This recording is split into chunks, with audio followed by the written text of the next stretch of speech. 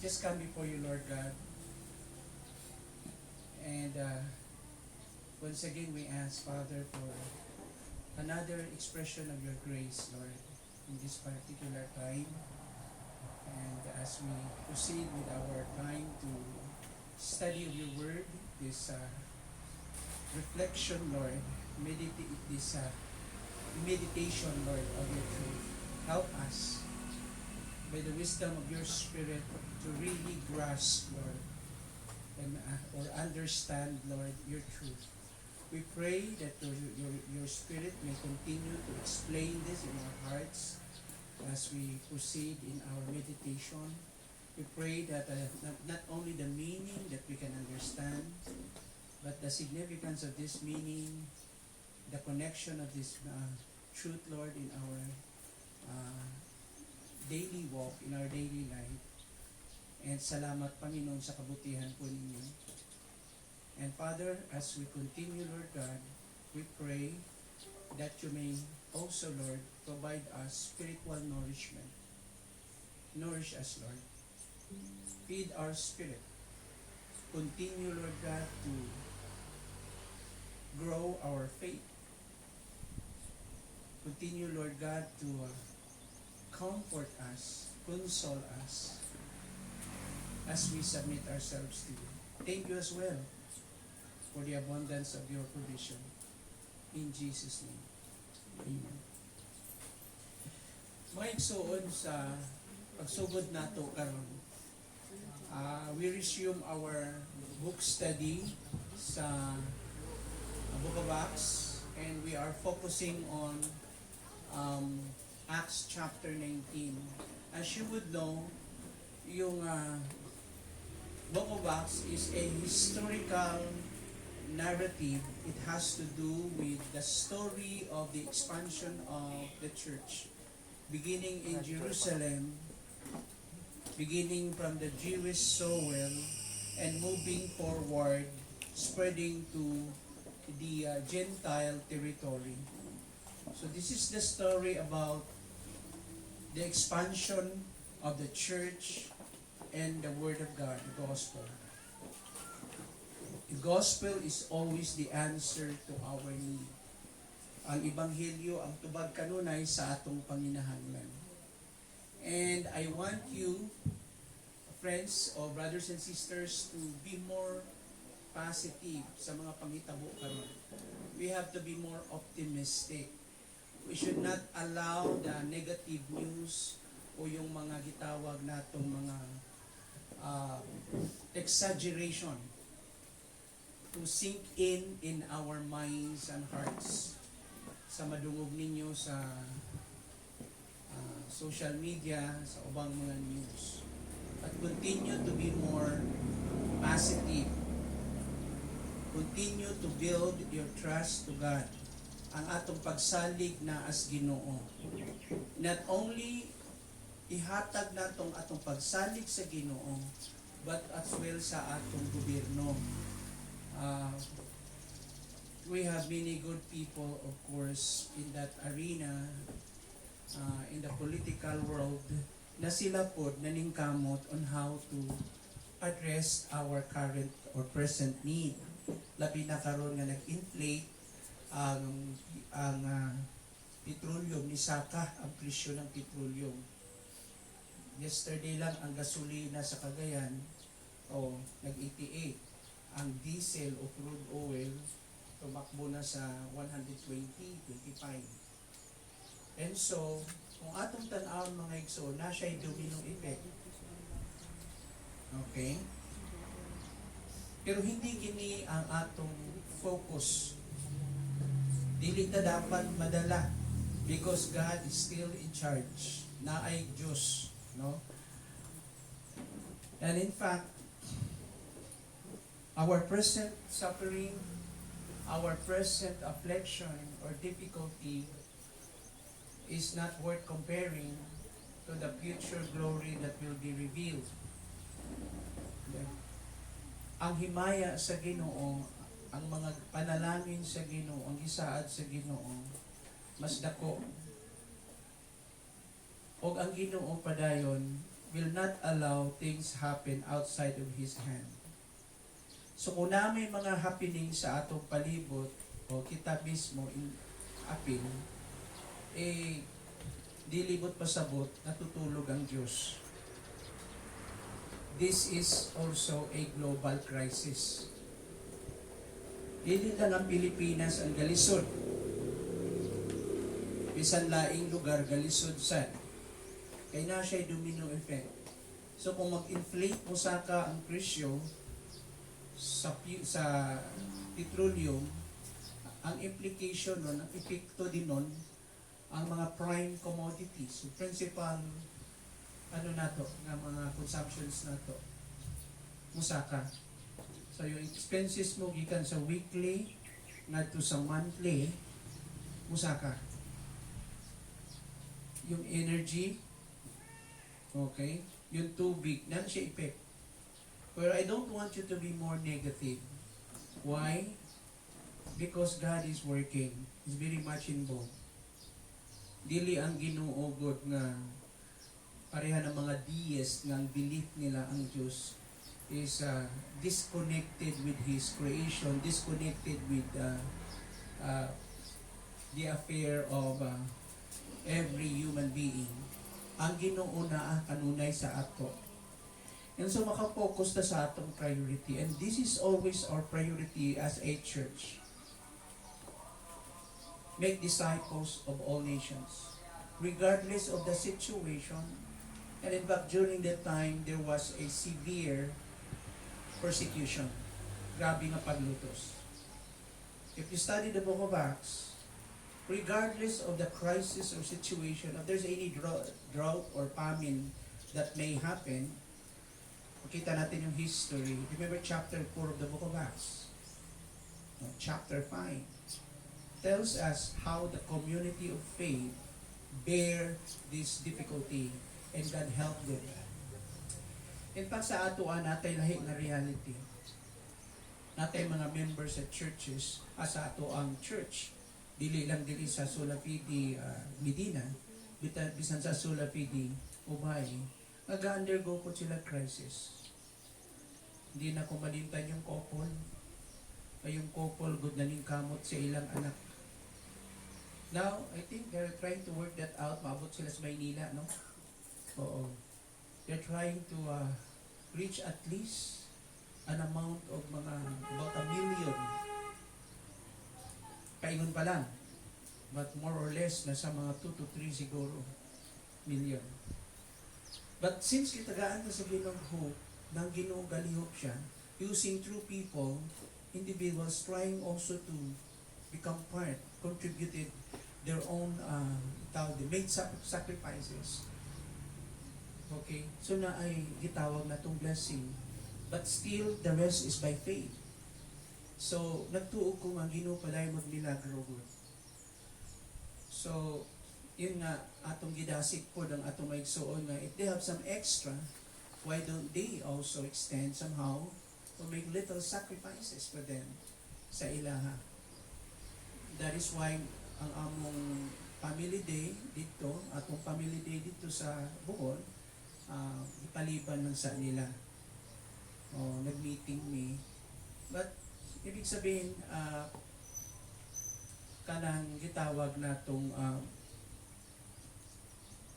nakita nato nga there's a need. Dili lang sa ito maigsuod. Ang reality karon, one time lang yung president nato nag-ingon nga, make sure you will also save, no? Ayaw kaayo og himog mga lakaw na ibig sabihin just out of pleasure lang or leisure, no? Kung dili something that is essential. So kung mag-drive ka karon, ikaw rin sakay sa imong sakyanan, ayaw usiking, maski capable ka, because you are not trying to save not only for yourself but for the rest. If you love your neighbors, love your community, we have to think not ourselves only, but as well yung iba. So, wala itong reality karon. Una yung bugas, yung pagkaon, that's the priority. Bahala na magbaktas ang uban sa ato, basta may kaunon sila. Naintindihan nyo? Nararamdaman na ng iba sa atin yan. Yesterday lang sa Cagayan, gamay ra ang jeep nagdagan. Because they cannot afford sa boundary ko. Isaka na. Lagi pa control sa nga dili dapat magsaka ang presyo. Dapat ang presyo na pa sa normal level lang sa unsay na naandan. So na yung mga demand ang mga drivers kaya pinapabili na labi na ingon ko nga sa mga public utilities nga increase kasi di sila ka-apas. Let's pray na ang government will continue to find the way unsaon i-address, but continue to build your trust to your government as good citizens, first to God, then to our people, to our leaders, because we have good people working in the government. Ayaw ko nga magiging toxic din yung mga mindset ninyo. Supposedly as Christians, we are part na how to make solutions. Okay? Bakit na ako gihapinan kini una as part of the introduction? Because I don't want us to be diverted with our priority of building God's kingdom. The only agency that God can use here on earth to be His instrument to build His kingdom is the church. And the church should be the people that will provide hope, provide healing. Our word should be something that will console or comfort people. Makadasig sa mga tao. Maukan at mga iso. And so let's now focus on the book of Acts. What should be our priority? Because the focus is always the gospel. It's the story of the gospel. The answer to the need is the gospel. To remove the old self, that selfish, greedy, Adamic, fallen nature is always the gospel. It must have a transformation, a change from within that will take place by the power of the Holy Spirit that will change as well everything outside. But the change must happen first in our hearts. Ang kausaban, magsugod kasing-kasing. So kung gusto nato ng change, improvement sa environment, ang mga tao will become more, mingon natong loving, and will, ingon ni anang, mingon natong maghuna-huna para sa uban, there must be a change of heart. Kasing-kasing yun. Kaya nga kita, hindi pwedeng ang church magiging irrelevant. We are always the conscience to the masses. Tayo ang conviction. So what happened kung yung mga Kristohano sa social media gaaway, day-to-day lost perspective, unsaon na lang. We have the truth of God, we have the foundation of scriptures, we have the mind of Christ, the Holy Spirit residing in our hearts, and we are witnesses. God help us kung nalimta nato na when the Holy Spirit will come upon you, you are indeed my witnesses. May I see your right hand? The witnesses. The word martyrs. Martyrs. Tayo ay mga saksi, pinaagi sa atong mga baba o sa atong mga kinabuhi. So kung makadungog tag mga negative, it doesn't mean nga gi-close na to, gididba na to, o nagiging unconcerned ta. No. O we try to bingon natong evade the issue. No. Ang ato lang, we have a different perspective. So kita na nato momentary lang ni. So ayaw mo ka-apekto kung ani kung naay gitawag na itong mga changes. Alam mo, ang hadlok in these last days is the denial of faith, a denial of Christ, a denial of God.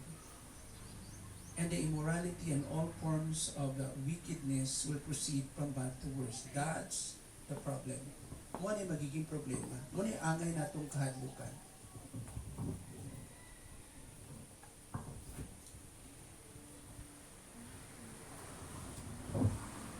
Now let's proceed now sa Acts chapter 19. Wala kayong kopya? Ganun ba?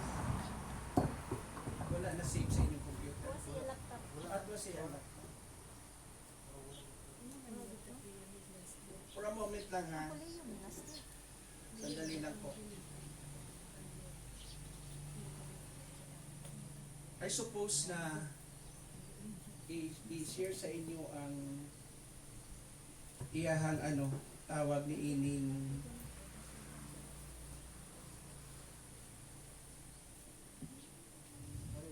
PowerPoint niya. Turn your Bible sa Acts chapter 19. Tingnan natin.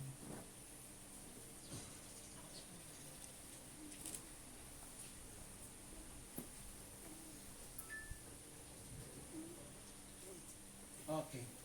Allow me to read bago yung screen natin. Ayaw mo pa disturbo kung wala yung ano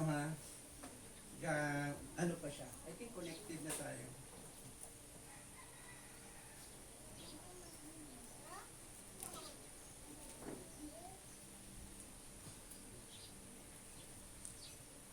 Ano ba ni panahon? Uwa man. Okay. Alright. Makita ninyo?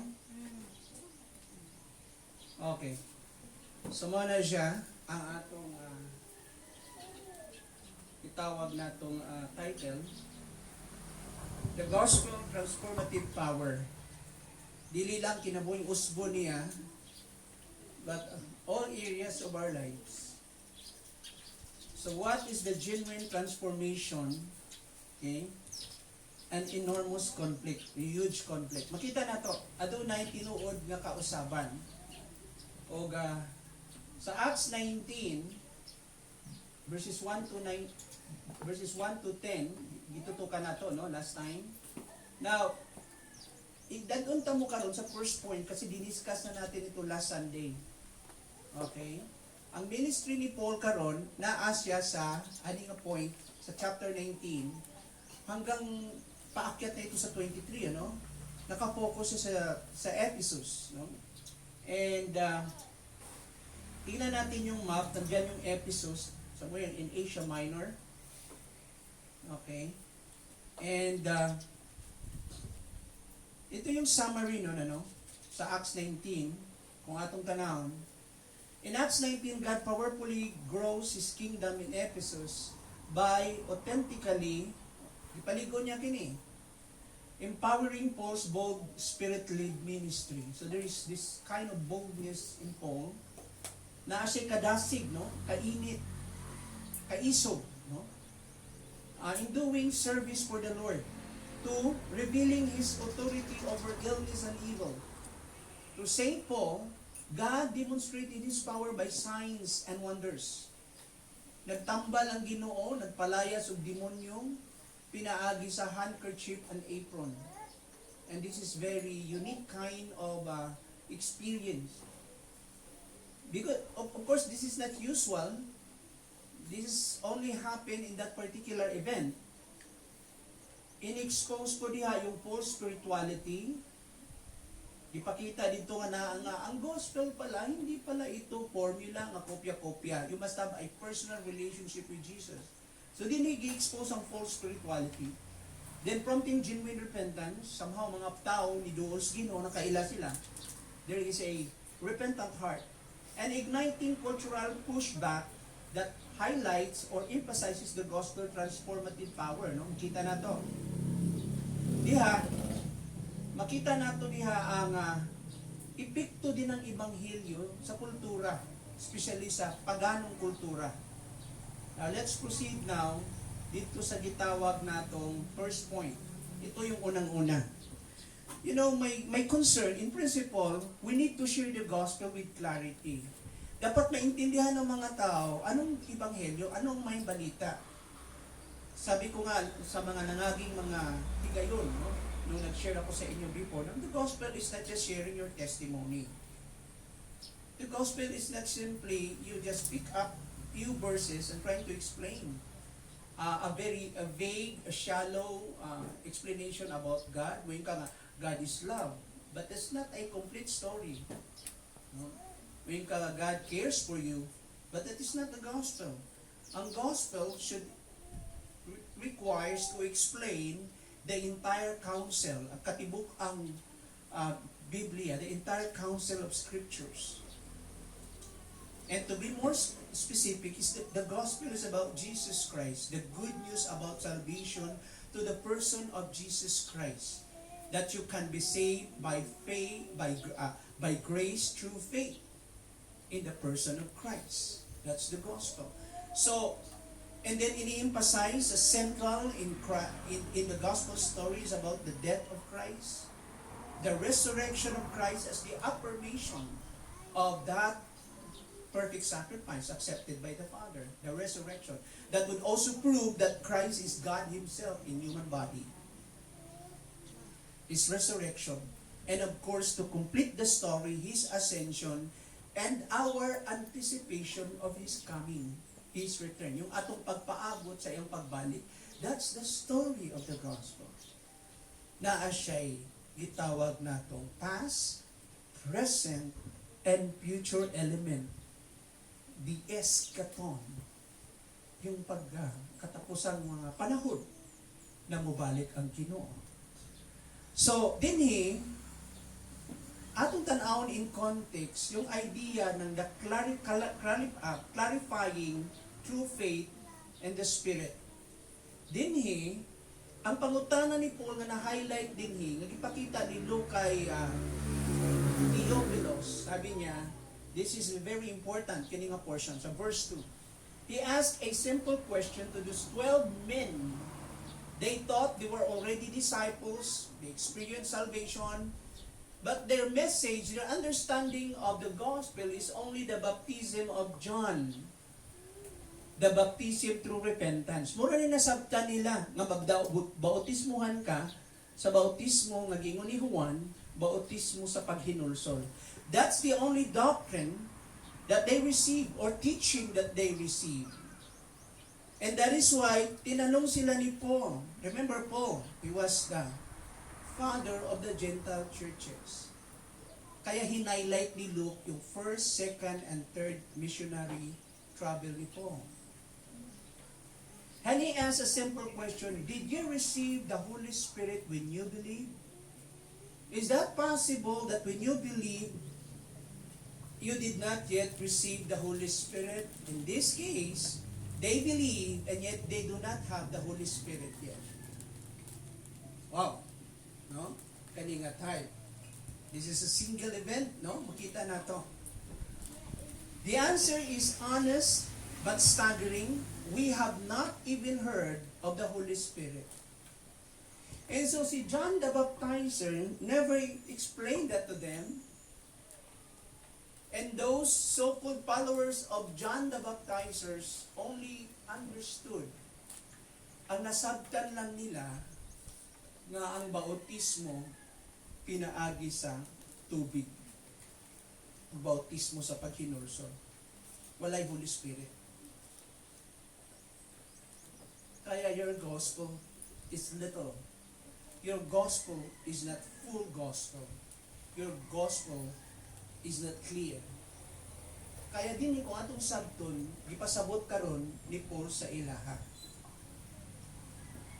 Tanawa, these honest folks baptized under John the Baptist message, but who had never even heard of the Holy Spirit as Jesus promised it.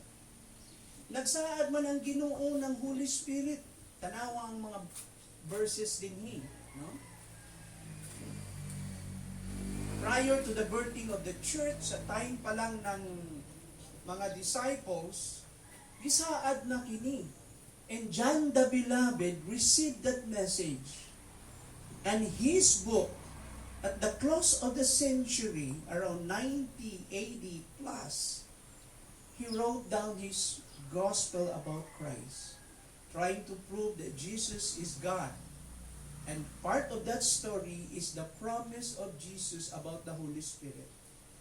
So sabi ni Jesus din sa John 14:16 to 17, Jesus promises the Father will give another helper, the Holy Spirit, who will be with you forever in you. The Paracletus. Para means, ingon diha, He will be with you, alongside with you, the Paracletus. A distinct personality, God is one.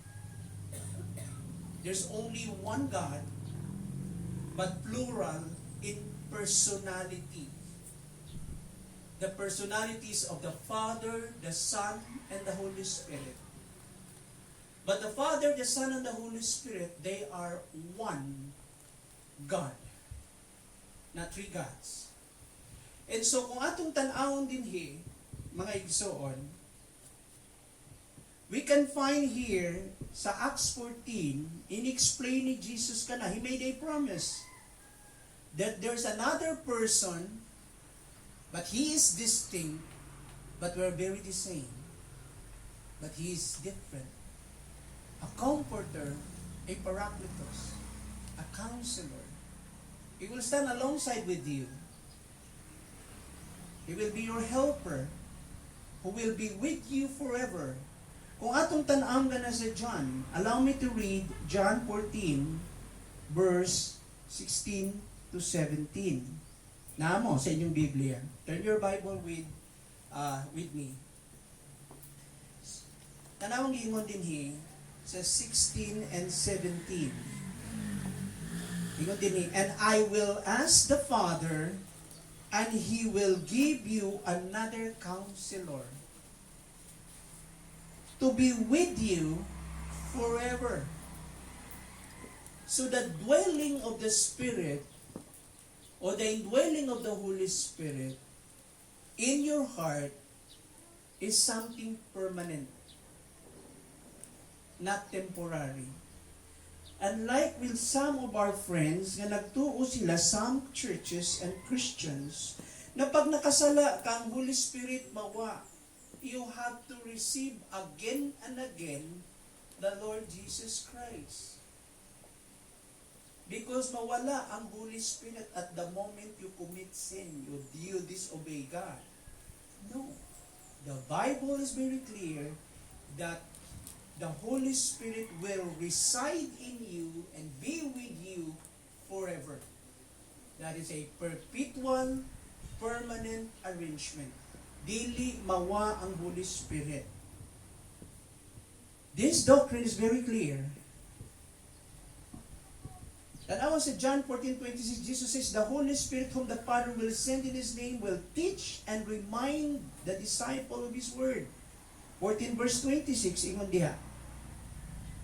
Tanawang gingon din yung mga igsoon. That is something na mahibawaan nato, may tungod sa usa ka Kristohanon.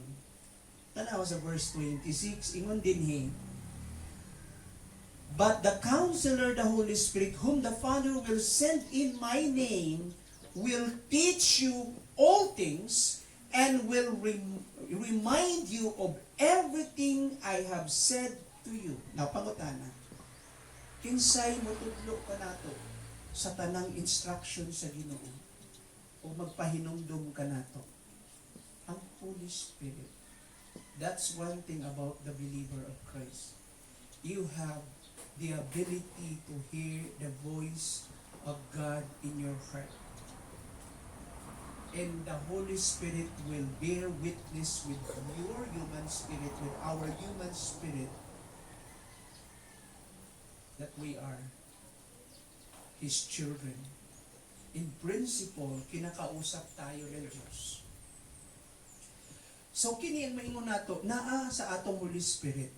Sa 16 verse 7, Jesus explained it's to your advantage that He goes away, for then He will send the Holy Spirit to you.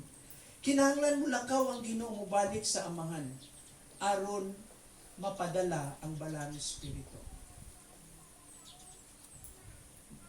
So when we say the presence of Christ, we are talking about the Spirit of Christ living in our hearts. Mao kini mga butang, tanawang Old Testament prophetic background.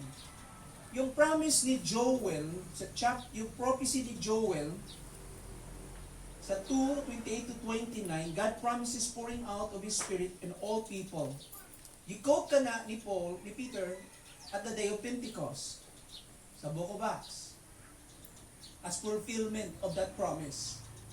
Nagsugod ang outpouring of the Holy Spirit at the day of Pentecost. And that is the fulfillment of the Prophet Joel's prophecy. Sa Ezekiel 36:26 to 27, God promises to put His Spirit within His people and enable them to obey Him. But pasabot, yung new covenant that there will be a transformation of heart, kausapan sa kasing-kasing, sa Old Testament pa lang, giingon na ni Ezekiel. And it also happened at the day of Pentecost when the Jews came to Christ. Many of them. And the Gentiles as well, part of that blessing. We experience a change of heart. This is what we call regeneration or born again. Born from above, born from God, born again, spiritual rebirth, new life. Ito yung sinasabi na yun. So, this is the work of the Spirit for us. Tanawa sa Book of Acts chapter 2, 38 to 39, Peter says, believer will receive the gift of the Holy Spirit. Tanawa sa 1 Corinthians, somehow we became the temple of the Holy Spirit. Sa Romans 8 verse 9, Paul states, if anyone does not have the Spirit of Christ, they do not belong to Christ. Indeed, every believer should have the Spirit because that's the indication or sign nga ikaw Kristohanon. Pag wala kay Holy Spirit, you are not belong to Christ. Sa Ephesians 1:13 to 14, believers are sealed. Gipatikan siya with the promised Holy Spirit when they believe. Why? That is a guarantee that you are God's property and a guarantee as well that you are saved. There is this initial promise. Tanang 2 Corinthians 1:21 to 22, Paul speaks of God's putting His Spirit in believers as a guarantee, a down payment, an assurance that we will be saved in the future. Galatians 4 verse 6, God sent the Spirit of His Son into believers' heart. In Ephesians 2 verse 22, believers are built together as a dwelling in which God lives by His Spirit. And so that is why Paul said, did you receive the Holy Spirit when you believe? And the 12 disciples or followers who were converted to Christ said, there's no such thing about the Holy Spirit. We never heard that. So wala na ako nadungog ka na. Wala ilang problema. So the gospel should be clarified. Kung sa gibuhat ni Paul, tanawa diha, no? Di na ako basahon kini, ang ilang replied lang diha sa verse 3, no? Ay kining mga tawhan na wala gid kadungog. No? So genuine transformation begins when the Spirit arrives, not merely head knowledge, but heart combustion. Kasi burning. Mura ang imong kasing-kasing kung sasakyanan pa. No? Talagang naay epekto sa sulod. Ito yung unang-una. Now, ikaduhang punto. Napa mo? So, unsay point na ko diha? For a genuine transformation or change, we have to clarify through faith. Kung tinuod ang imong pagtuo, kalihot lang, klarohon nato, your foundation should be clear. Your understanding of that doctrine is clear. Do you understand the gospel? What is the gospel? In a nutshell. You can explain that in 1 Corinthians chapter 15, 1 to 3. But what is really the gospel? Yes, it's about the person of Christ. It's about the finished sacrifice of the cross, about the death. Christ was died and buried and rose again. And He will come back. But not only that. You have to explain the value of the gospel. That is why si Paul ingon siya, I am not ashamed of the gospel. Though I was experienced persecutions, I was despised, rejected by my own people. I was, one time, I was put behind bars, napriso ko. But I do not ashamed. I am not ashamed of the gospel. Dili na ko gikaulaw ang ibanghilyo. Why? Because this is the power of God. This is the only instrument or tool of God for the salvation, okay, of all. First to the Jew, then to the Gentiles. No one can be saved by good works. No one can be saved by an act of kindness to others. No one can be saved by just doing sacrifices. No one can be saved by his own good intention or effort, paningkamot. The only way that can bring people to heaven is the power of God through the gospel. Sa mga balita. Kaya nga, we have to engage. Time is short. Life is short. Don't waste it. Ito na yung sinasabi ni Paul din sa ikaduha. Bold teaching and kingdom proclamation. The word boldness. There is that boldness, kaisog sa pagtudlo. A 2-year sermon that shook a region in Asia. The whole Asia was shaken by the message of Paul, but Paul made an engagement every single day. Ug ang yang engagement, wala siya ga-teach inside in a church like this, o sa isang community of what? Of people who believe God. No. He went to the public square, to the marketplace, in every corner, and shared the gospel every day, from dawn till dusk. Gikan sa kadlawon sa buntag, wali siya hangtod sa gabi, literally for 2 years. Taas ang kamot sa inyo na na-engage mo sa gospel. Ngayon ko nga, I'm bold of my Christian faith. Maski sa social media lang. Taas ang kamot. Wala. Natay Holy Spirit. Taas ang kamot na yung Holy Spirit. Taas. Ano ka natay Holy Spirit? Ha? Naulaw ta. Might be kung anong isulti ng atong mga colleague, friends, o sa atong mga kauban, relatives, nahadlok ta. Kung sa isulti sa mga tao, maybe we are afraid of rejection, we are afraid of what? Of persecutions. We are afraid na might be ang atong mga comforts ma-shake, yung atong gusto nato yung itanaw nato what is normal, ayaw nato na nga ma-shake, maapektuhan. We want it to go easy sa ato ang Christian life. Alam mo, yung truth will always disrupt people. Will always challenge the culture. Yung truth is very powerful. Kaya nga, ang pangutanan na kung Lord, kagkan simbahan including as dugay na, anong muna mo tayo epekto? Kasi kami tanan spectators. Among gift is what? We have the gift to go to the church every Sunday and only to listen to the Word of God. That's our gift. Hindi aside mga igsoon, pero tinuod ko na, even me, I felt guilty. Lord, I'm doing really my part.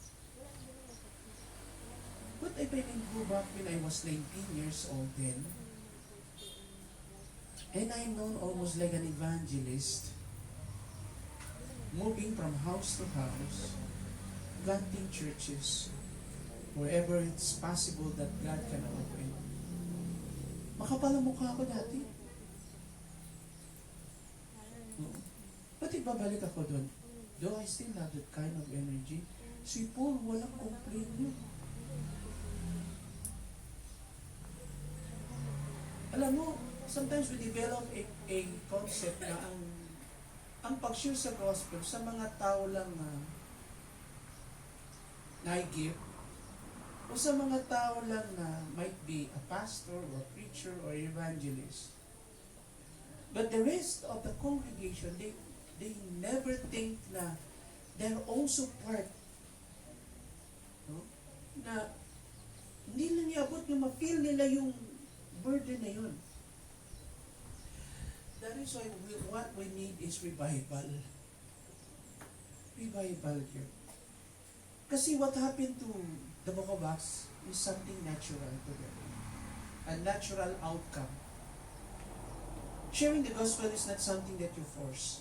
That is something that will come natural sa atua.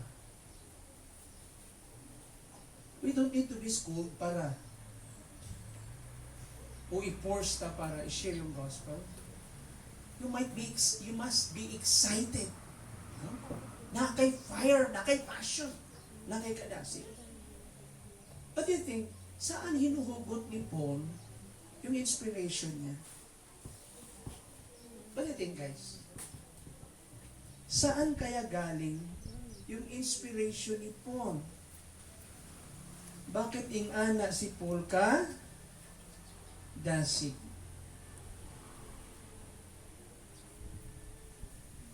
Yun ay kaduha.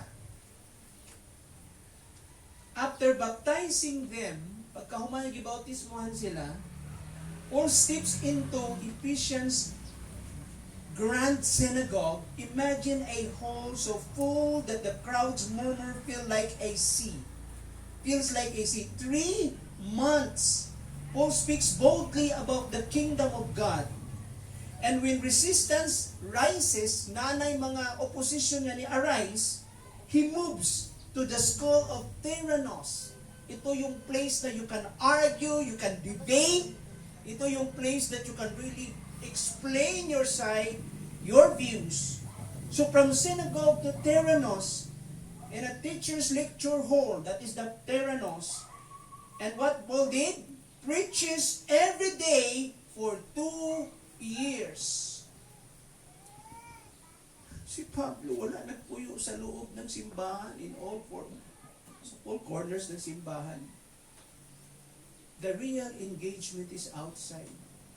Not just in Sunday. Because Sunday is to provide nourishment sa mga tao. Pakaunon sila sa pulong sa Ginoo. Discipleship training is part of the process of equipping us, making us ready. But the real engagement is outside in these 4 corners of our building. Sa gawas. I try to imagine every day. Atlo. Nadali na ko giingon, mupariha ta ni Pablo. Amen? But ang point, your pulpit is your workplace, your school. What do I mean? Unsibot na ko'y pasabot. Hindi ho siya kanang babag na ga-work manggug ko. That is your field of mission, your workplace. Share the gospel to your co-workers. If you have the opportunity to your superior or supervisors, don't be ashamed. Why? Because, you are purchased by the blood of Christ.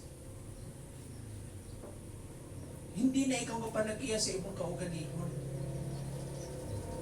Hindi yun ang problema, no? Ang problema ko, lahat ng effort ng church, minsan, dito pa ibutang sa kanakusaan yung mura o mas comfortable nami time. Kung wala kay time, wala ka involvement sa kingdom, sa Ginoo. That's the purpose nila, kitagaan ka sa Ginoo ng work. That's the purpose na nung nakakaana nga direction. Because somehow you are a light and salt. So be bold. Wala yung purpose. Kung ako hindi nagpastor, magtrabaho ako. And that happened nung ako nag-work for 3 years sa isang construction company. You know, I did a clerical work. Gikan sa isang purchaser, naging HR. Literally, ginagawa kong trabaho ko. No? And as much as possible to be a witness in the workplace. And then, don't you know, nagitagaan ko sa inyo opportunity to share the gospel? Binible study ko ang naa sa field at ang naa sa opisina. From engineering office to admin office to accounting office. Hanggang sa field. Kutob sa naay project ang company. Yan o, Brother Leo, isa yan doon. Na naka-witness siya when I also teach in Capitol University. 200 men kauban ng mga subcontractors. And I'm happy of doing that. Wala ang akong purpose. I'm still doing the mission maski nag-work ako. Kaya sabi ko, pag hindi ako pastor, nag-work ako, I will continue to do the mission of God. Hindi mo pwede ngayon, si pastor lang ang pwede diha kasi iyon ang line niya eh. No. Bakit bumalik ako sa pagpapastor? Kasi yun ang direction na calling ko.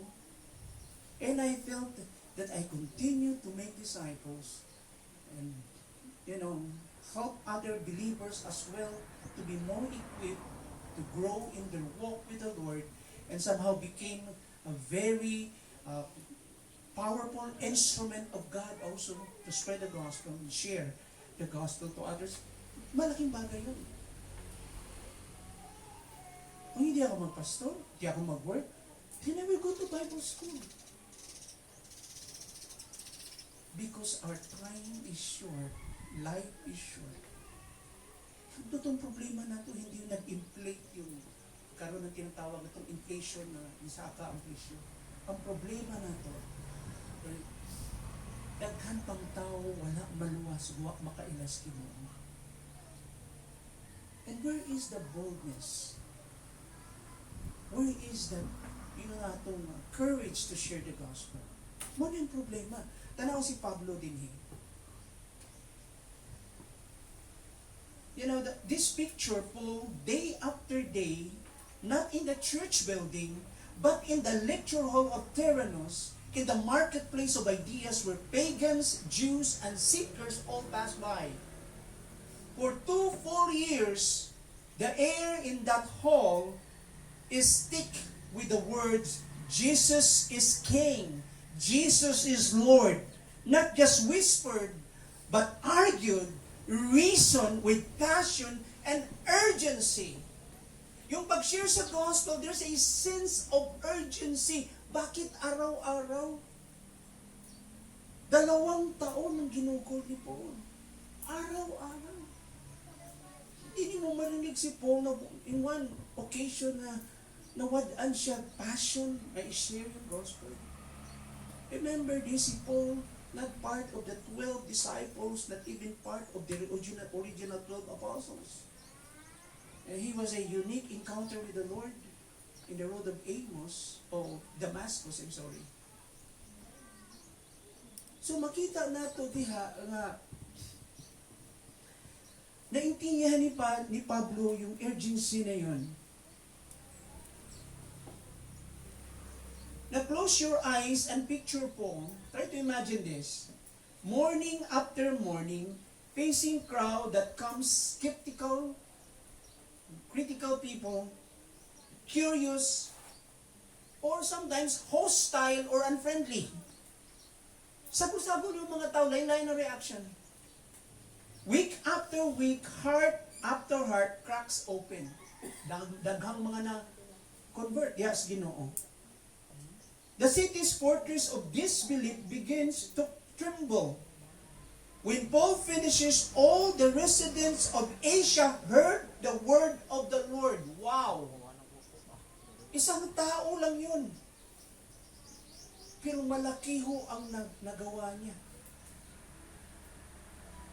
And we all have the same Spirit of Christ. We are all baptized by the Spirit. We have equal power. Where is the boldness? Asa ang kainit?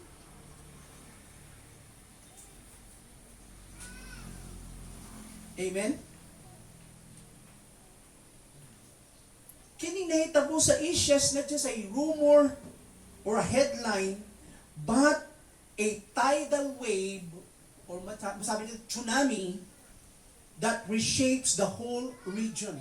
Yung impact ng wali ni Pablo for about 2 years, a consistent thing kada adlaw niyang gibuhat. Gikan sa buntag hangtod sa gabi hangtod sa hapon. Wow!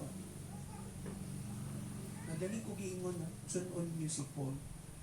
But that kind of heart na you always look for opportunity ba? Pag nagkaroon ka ng opportunity na i-insert yung good news, papasok ka sa eksena. Yung ganung klase. Alam mo yung mga nasa sales, yung mga negosyante bitaw. Alam mo kung anong priority nila. Pag nag-usap iba-ibang topic, umuwi palagi sa kanilang item or product na ititinda. Would you agree? Taas ang gamot. Yung mga salesman. Bisa kung sa mapa-religious business pa na. Panalitan na baligyan ng libro. Maski anong topic pupuntahan natin, kukumbinsihin mo ako na yung libro na tinitinda mo is really what? A great help. Sabihin is really a necessity.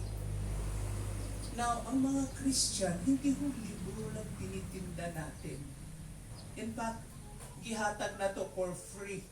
Amen? Ano yung ginahatag na to for free? Kaluwas.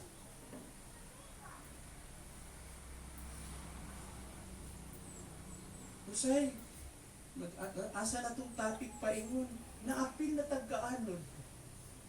Nawata sa atong mission. Ang buwan mingon, abroad ko.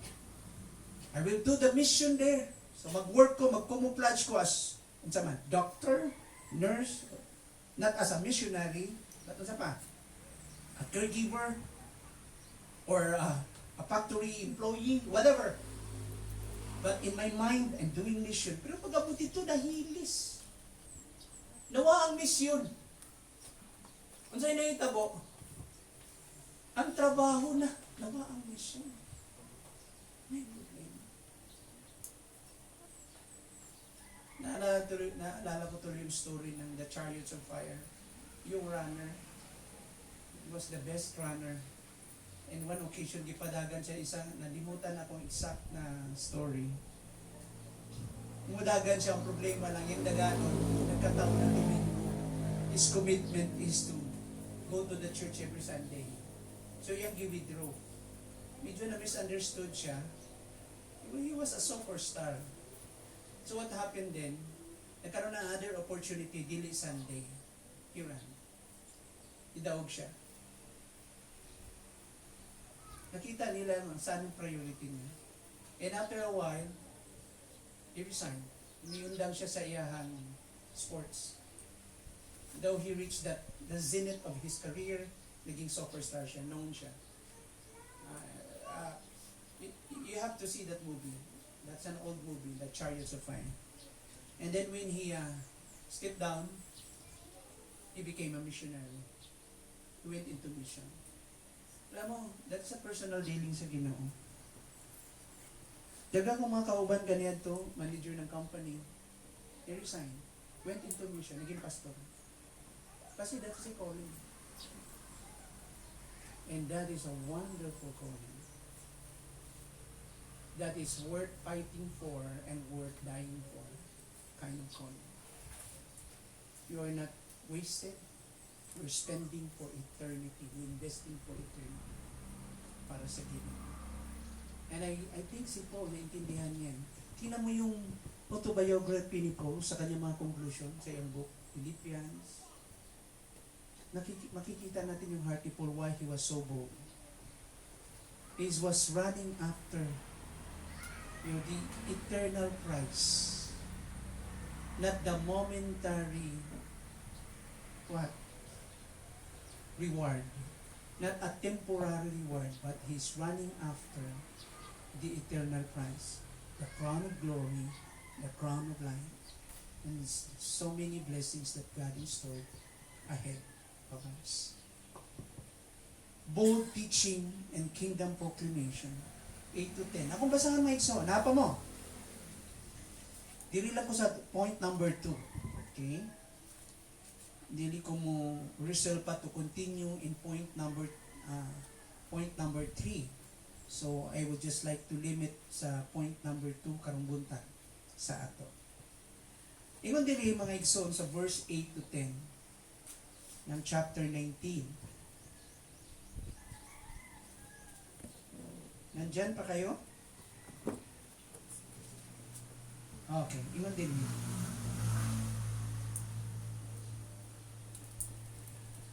Paul entered the synagogue and spoke boldly there for 3 months, arguing persuasively about the kingdom of God. But some of them became obstinate and they refused to believe and publicly maligned the way. So Paul left them and he took the disciples with him and had discussion daily in the lecture hall of Tyrannus. Verse 10. This went on for 2 years, so that all the Jews and Greeks who lived in the province of Asia heard the word of the Lord. You know, lumabas siya sa crowd. Dinala niya yung gospel sa labas. Pinuntahan niya yung crowd. Mau ka nang makita nato. So Paul isn't playing in safe, is up at dawn and down at dusk, calling people into real kingdom. A kingdom that doesn't look like Rome's, doesn't smell like the incense of Artemis, this pagan goddess, and doesn't bow to Caesar. The loyalty or allegiance of Paul is to the Lordship of Christ. This wasn't mere preaching, wala lang siya gawali. It was sowing spiritual roots deep into the city and beyond. Kaya pala, araw-araw siyang ga-share ng gospel. And he argued, he reasoned. We can find Paul, his, solid foundation of the truth of God. He explained well the message of Christ. Makita nato diha. So much that Luke reports, all Asia heard the word of the Lord. As a result, because this wasn't a surface evangelism, it was a spiritual planting that would bear fruit for decades. Kaya nga nagkaroon ng tinatawag nating second generation, yung church ng Ephesus that somehow later pastored by John the Beloved. But it was Paul who pioneered the work. Si Pablo God.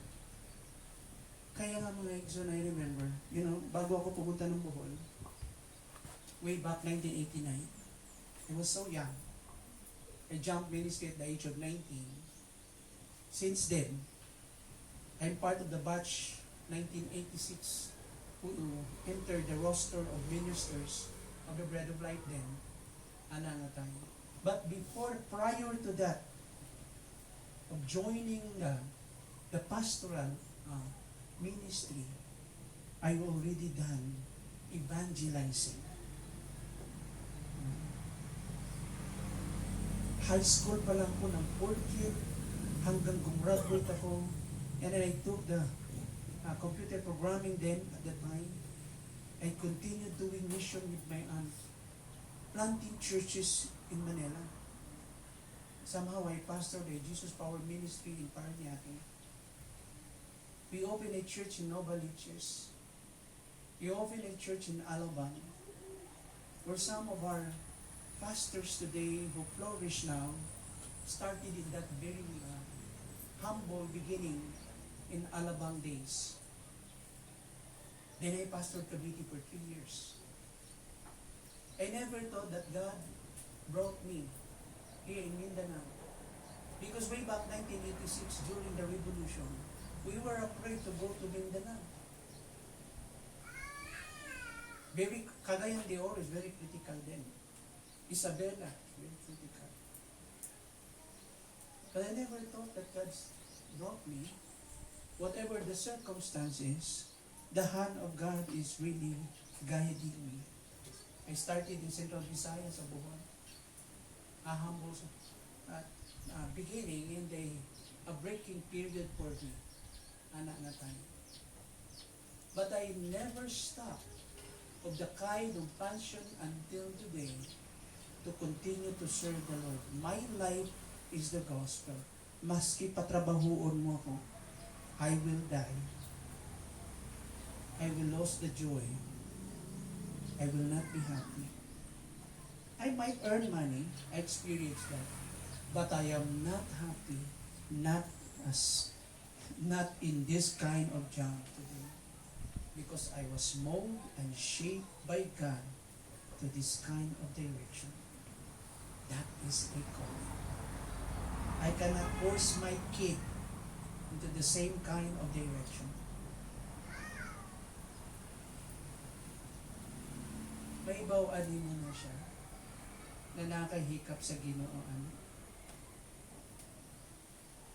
Kaya nga tell me, yung pag-sacrifice, Muingon God, I'm almost 40 years in ministry since 1985. Now tell me, malaki yung church mo, marami kang taong dinala. Tell me the kind of sacrifice you did. That even sacrifice is a privilege. God is looking for a person who will always burn for Christ, always have the heart to reach out for the lost, for the human life.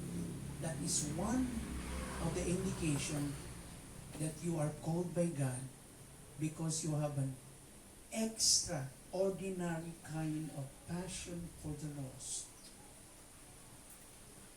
And for the rest of us believers, dapat normal sa ato na. Do we have the boldness to share the gospel? Nabatay kainit kung share sa gospel?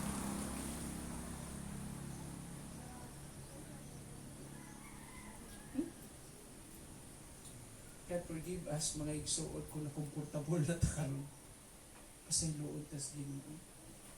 Kasi yun ang calling natin.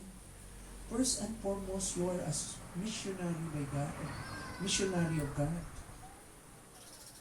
So happen to be a teacher. So happen to be what?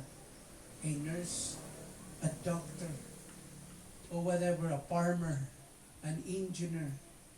But first and foremost, you are into the mission of God. You are a missionary. And we receive the Spirit of Christ. And the Spirit of Christ is always a missionary spirit. Make disciple of all nations. That's your priority. Boldness will just follow. Courage will just follow.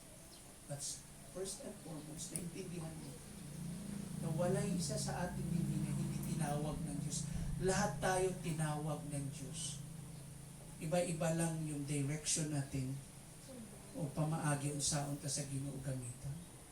That's the reason why God bless you. That's the reason why God preserved you. That's the reason why God blesses you with many things. Relationship, family, children, work. Bisan unsa pa. They are just simply part of your calling, of your direction. Amen? As I end mga igsoon, karong kabuntagon, gusto lang ako ibilin sa inyo kana.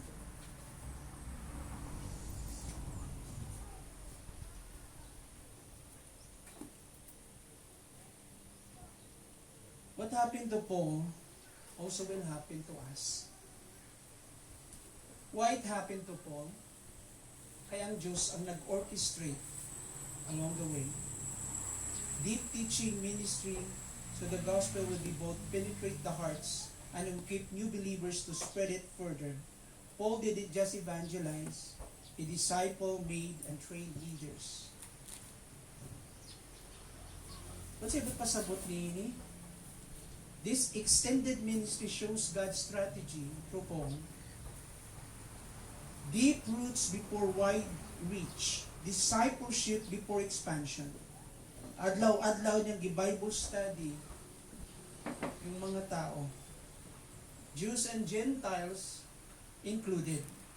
The gospel breaks down ethnic barriers. Wala na gipili.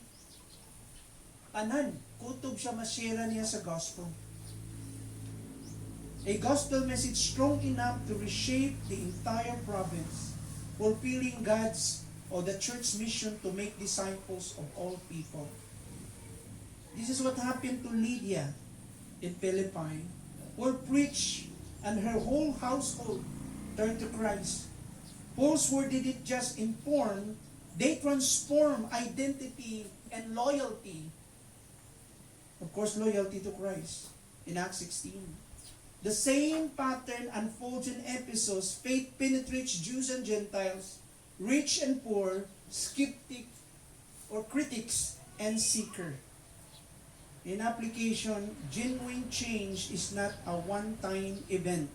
It is a process of persistent preaching, proclamation that cracks open hardened hearts and reshape entire cultures. Let us pray. Ginong Diyos, padayon ka, mamuhat ka namo, karutat na. Sa mga butang among gisgutan karon, istorya mi o Diyos. Give us that fire, that desire, Lord, to share the gospel. Help us to feel the sense of urgency and the kind of passion and burden for the lost. Taga-imig anak nakabugaton Ginoo. Daghan pa sa among mga silingan, sa among mga higala, sa among mga katrabaho, wala kaila kanino. And we know that this is the last of the last days. You're coming very soon. Thank you for this space, this opportunity na mong gihatag ka namo. Please, Lord, help us not to waste this. Taga-imi Ginoo, o padayon mahigayon. Use us, Lord. Forgive us, Lord, if we are so becoming comfortable and we forget our mission, we forget our priority. Forgive us. Rekindle that fire in our hearts, Lord. Bring back that fire. We pray for personal revival. We pray, Lord. Bring that back to us, Lord, that first love to you. To serve you. To continue, Lord God, to be visible in our commitment of loving you, and sharing the gospel to others. While we are now in our meditation, may I request the communion servers to please spread the communion elements as we resume now in our songs of worship, and let us continue to reflect on the goodness of God.